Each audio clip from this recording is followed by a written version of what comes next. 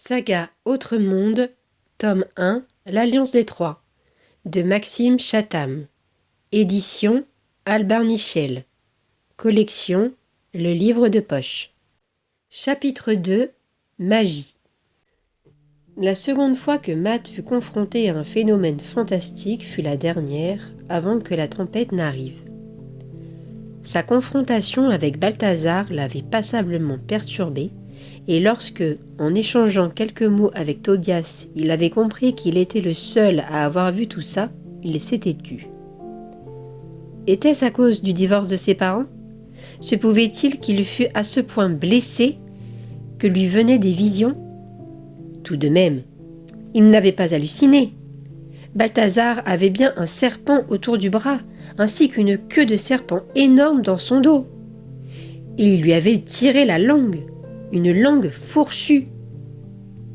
La pénombre, la peur, s'était-il dit ensuite, sans vraiment y croire.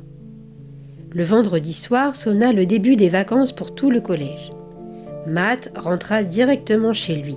Il n'avait pas le cœur à sortir avec ses amis. Il vivait dans un appartement du 23e étage d'une tour de Lexington Avenue. Sa chambre était décorée de posters de films, Le Seigneur des Anneaux en tête. Des tablettes abritaient sa collection de figurines tirées du même film. Aragorn, Gandalf et toute la communauté de l'anneau figuraient en bonne place face à son lit. Matt mit sa chaîne hi-fi en marche. System of the Dawn cracha aussitôt ses premiers accords puissants et agressifs. Le jeune garçon se laissa tomber sur son lit et observa son environnement. Tout ça était nouveau pour lui.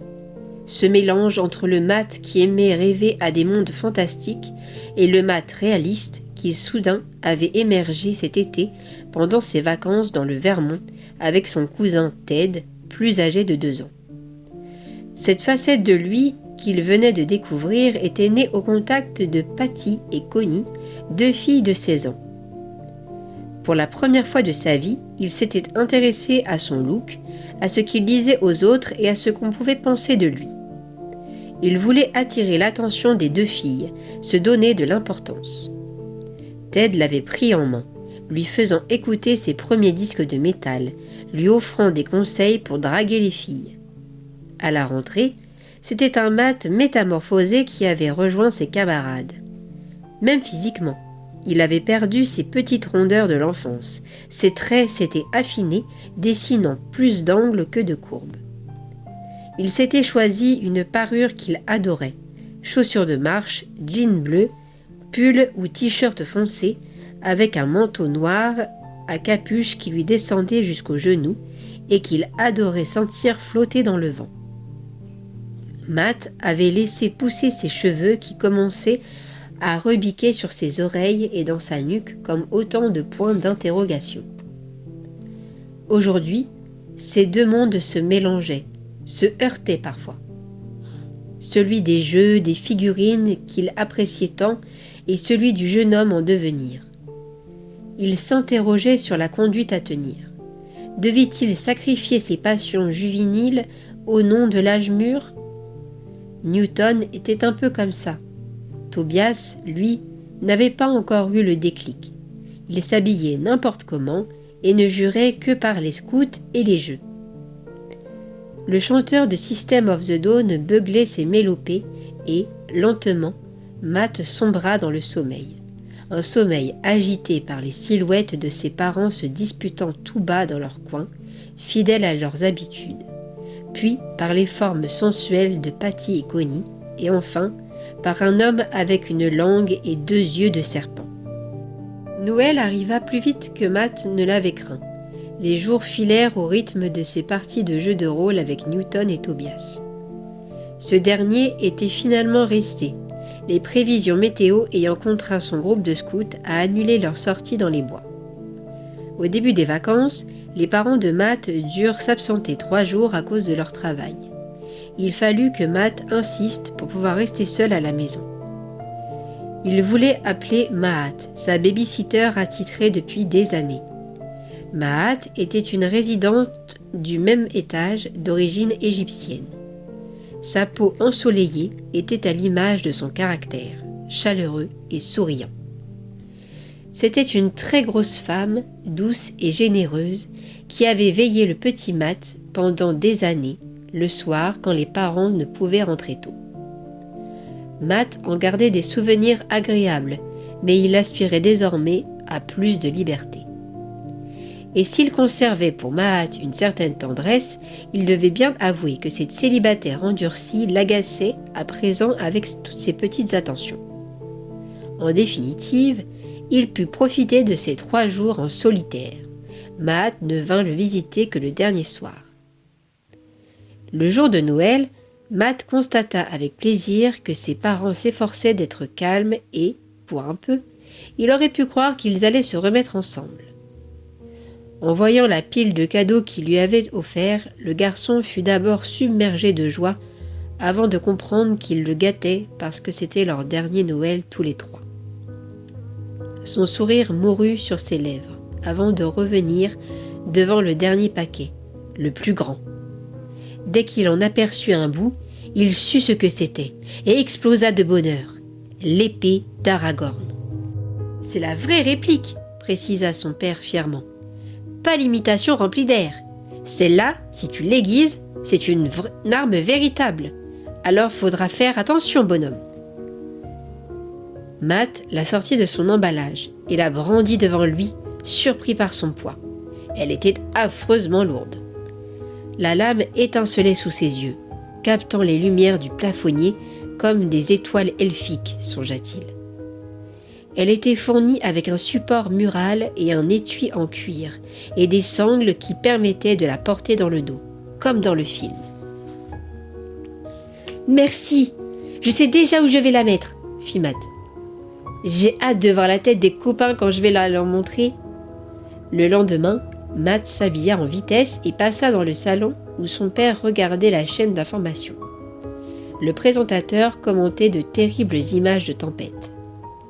C'est le 3e cyclone en 2 mois dans cette région habituellement épargnée, et cela n'est pas sans rappeler la vague de tremblements de terre qui secoue l'Asie. Une autre journaliste prit la relève. « Oui, Dan, c'est la question qui brûle toutes les lèvres désormais. Avec ces saisons qui ne ressemblent plus à ce que nous connaissions et toutes ces catastrophes naturelles qui s'enchaînent depuis quelques années, on peut se demander si la planète n'est pas en train de changer bien plus rapidement que nous l'envisagions suite au réchauffement. » Le père de Matt prit la télécommande et changea de chaîne. Cette fois, ce furent des images de soldats patrouillant dans une ville lointaine accompagnés d'une voix monocorde, pas du tout préoccupés par ce qu'elle racontait. Les troupes armées quadrillent la ville tandis que les conflits continuent de secouer le pays. Rappelons que la chaîne fut remplacée par une autre. Bulletin météo. Nous invitons les personnes souffrant d'insuffisance respiratoire ou d'asthme à ne pas faire d'efforts car la qualité de l'air sera de 6 aujourd'hui.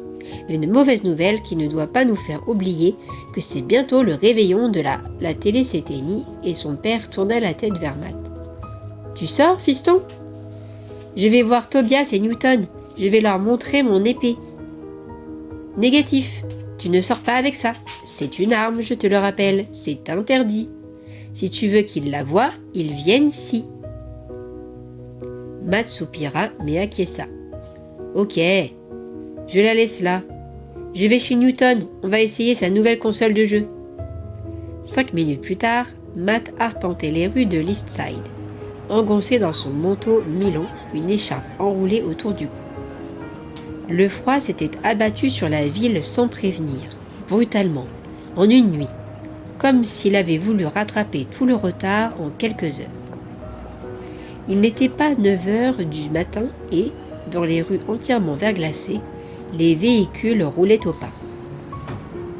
Matt bifurqua au niveau de la 86e rue, une artère plus calme où une poignée de passants, le nez rivé sur leurs pieds, s'efforçaient de ne pas glisser. Il approchait d'une impasse obscure lorsqu'une lumière bleue en jaillit, avant de disparaître aussi brusquement. L'adolescent ralentit l'allure. Le flash bleu jaillit une fois encore et illumina le trottoir. Une enseigne lumineuse ? Dans cette ruelle ? Matt n'en avait pas le souvenir. Pourtant, ça ressemblait à un puissant néon capricieux. Il s'arrêta sur le seuil de la voie sans issue, étroite, emplie d'ombre. Une langue de béton s'engouffrant entre deux immeubles pour accéder aux containers des poubelles et aux escaliers de secours. Matt s'avança. Il avait du mal à distinguer le fond de l'impasse tant la pénombre était dense. Le flash bleu surgit à nouveau et illumina l'arrière d'une benne jusqu'à frôler les fenêtres du premier étage. Matt sursauta. « Bon sang! C'est quoi ça ?» Une forme humaine bougea au même endroit, mais, de là où il se tenait, Matt ne put en distinguer davantage. À cet instant, un bourdonnement électrique monta dans l'air avant de se taire.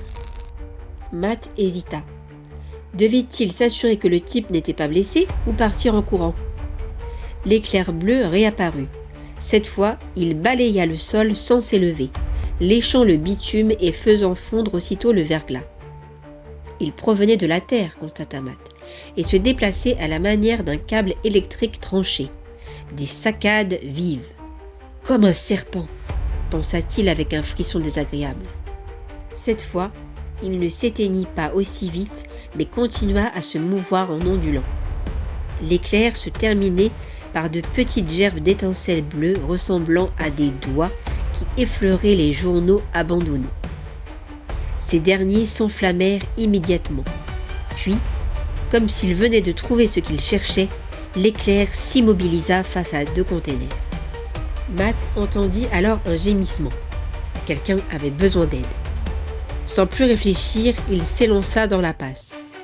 À peine eut-il le temps d'apercevoir des baskets usées qui s'agitaient et un pantalon sale que l'éclair se jetait dessus. Puis, l'éclair disparut avec un claquement sec, laissant sur son passage une fumée épaisse et écœurante, relent d'expériences chimiques comme celles qu'il pratiquait en classe. Matt fit un bond en arrière et, le cœur battant, attendit un moment avant d'oser bouger. Lorsqu'il s'approcha enfin de l'endroit où il avait entrevu les jambes, il ne vit que des vêtements entassés, comme si l'homme s'était volatilisé. Impossible! Pourtant, les journaux terminaient de se consumer autour de lui en libérant de timides flammes bleues et jaunes. Tout s'était passé si vite. Se pouvait-il qu'il n'ait pas bien vu ? Non. Cette fois, j'en suis sûre. C'était bien réel. Un homme a été englouti par un éclair sorti du sol. Matt recula. « Oh la vache !» murmura-t-il. « Pince-toi, gifle-toi, mais fais quelque chose, se dit-il. Faut pas rester là. Ce truc pourrait revenir. Mais aller où ? Rentrer prévenir ses parents ? La police ? Personne ne le croirait. Les copains. Au début, il se ficherait de lui, mais il avait confiance, il finirait par le croire. Matt entendit un bourdonnement électrique dans le fond de l'allée et il détala sans plus attendre. À sa grande stupeur, ni Tobias ni Newton ne rirent de lui lorsqu'il leur raconta son aventure. Peut-être à cause de la peur qui se lisait encore sur son visage. Alors il ajouta l'histoire du serpent au bazar de Balthazar, et là, Tobias explosa. « Ha ! Je le savais ! Ces billes ! C'était des yeux ! Je savais que je n'avais pas rêvé !» Il fit à son tour le récit des billes en forme d'œil qui l'avaient suivi du regard. Alors, Newton prit un air grave pour ajouter. Un gars au collège a raconté l'autre jour qu'il avait vu des lueurs bleues sortir des toilettes du sous-sol. Et il était persuadé que ça n'était pas un problème électrique. Alors, dites-moi les gars, c'est nous qui en faisons trop ou il se passe vraiment quelque chose ? Ça me fait flipper tout ça, avoua Tobias. Tu dis qu'il ne restait plus que des fringues ? Matt hocha la tête. C'était sûrement un clochard, vu ce qu'il portait. Et sur le chemin, j'ai subitement réalisé qu'on n'en voyait plus beaucoup ces derniers temps. Vous avez remarqué ? C'est l'hiver. Il s'abrite, tenta de modérer Tobias pour se rassurer. Non. Jusqu'à ce matin, il ne faisait pas froid, contra Newton. T'as raison, Matt. Il se passe un truc avec eux. On en voit de moins en moins. Et le pire, c'est que ce ne sont pas des gens que l'on va chercher en premier. Personne n'y prête attention. Ils peuvent disparaître complètement avant qu'on s'en rende compte. Ces types-là n'existent pas tout à fait pour les passants. Oh là là, ça me fait penser à ces vêtements qu'on voit parfois dans la rue ou sur les bords d'autoroute, s'alarma Tobias. On se demande toujours comment quelqu'un a pu perdre une chaussure, un chemisier ou un caleçon comme ça. Ça se trouve, c'est ce machin avec l'éclair. Il emporte des gens depuis longtemps et personne ne s'en est encore rendu compte. Sauf que ça s'accélère, fit remarquer Matt. Tobias grimaça, effrayé. Il demanda « Alors, pourquoi les médias n'en parlent pas ?» Trop occupés à parler des catastrophes et des guerres, hasarda Matt en se souvenant du journal de ce matin. Newton fit signe qu'il n'était pas d'accord. Et si c'était parce qu'aucun adulte ne voit tout ça? Tobias, puis toi, et ce mec au collège, que des ados, pas d'adultes comme témoins. Tobias croisa les bras sur son torse. On est mal, dit-il. Newton allait ouvrir la bouche lorsque sa mère entra dans la chambre. Les garçons, il faut que vous rentriez chez vous tout de suite. Ils viennent d'annoncer un énorme blizzard pour l'après-midi. Les 3 adolescents s'observèrent en silence. Bien, madame, remercia finalement Matt. Vous voulez que je vous ramène en voiture? Non, ça ira. On n'habite pas loin. Tobias et moi, on va rentrer ensemble. Dans ce cas, ne tardez pas. D'ici 2 ou 3 heures, le vent va se lever et les rues de New York vont se transformer en gigantesques souffleries. Elle sortit en refermant derrière elle. Newton désigna son ordinateur.